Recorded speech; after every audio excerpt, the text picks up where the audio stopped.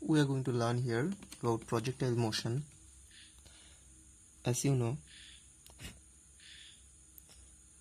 for a projectile, if I throw it making an angle with the horizontal theta, if the initial velocity of the projectile is u, I will get two components along x-axis and along y-axis.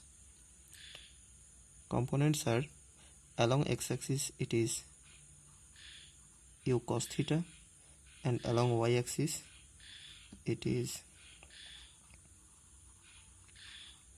u sin theta. Now the projectile will follow this kind of parabolic path. This is the maximum height for the projectile. We are going to write it as capital H, and from initial to the final in the horizontal direction, this is its range. We are going to write it as capital R. And the time taken by the projectile from here to this point, when the projectile is in the air, is known as time of flight. The time of flight, we are going to write it as capital T. Now let us find one by one. First we are going to find out the maximum height for a projectile. We can use the formula we know, v square equals to u square plus 2as, where v, u, a and s are final velocity, initial velocity, acceleration and distance traveled by the particle.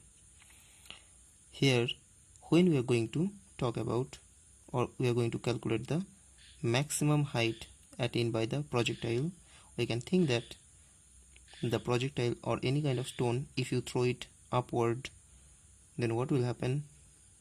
At the topmost point, its velocity will be 0 here. So we will get final velocity is 0. Initial velocity towards the y direction, which is u sin theta. I'm going to write u sin theta. So as it is square, so u square sin square theta. When I'm going upward, when the ball is going upward, then its velocity, the acceleration is negative, and it is acceleration due to gravity. So 2g, and the distance it attained is capital H. So from this relation we will get u square sin square theta by 2g. This is the height. Important relation. So maximum height attained by this projectile is u square sin square theta by 2g.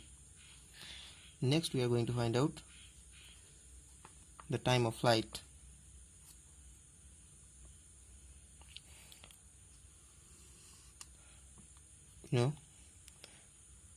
S equals to ut plus half at square.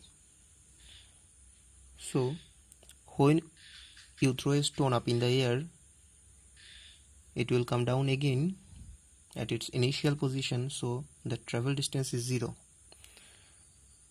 So here I am going to give you 0. Initial speed, which is our u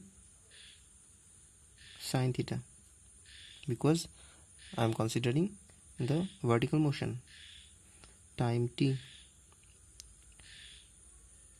Again, the acceleration due to gravity is the acceleration here, which is with negative sign. So from this relation, what I am going to get, that is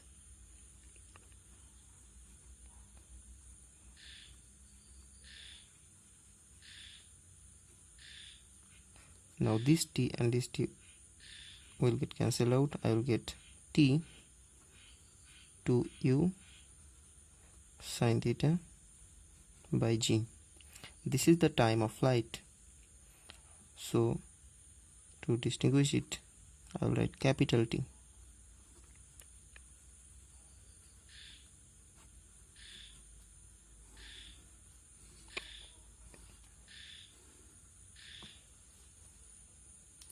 Next, we are going to find out the range. As we know, velocity equals to distance by time. So distance equals to velocity into time. Now here, for this projectile, distance traveled is this much from here to here. That is the range. So here, distance traveled is range.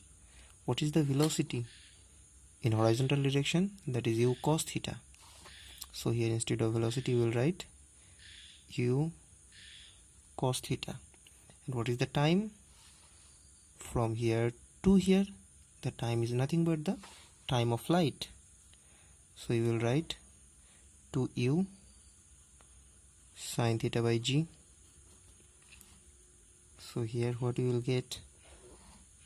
You will get u square 2 sine theta cos theta by g. Now 2 sine theta cos theta is sine 2 theta. So I can write u square sine 2 theta by g. So this is the formula for range of the projectile.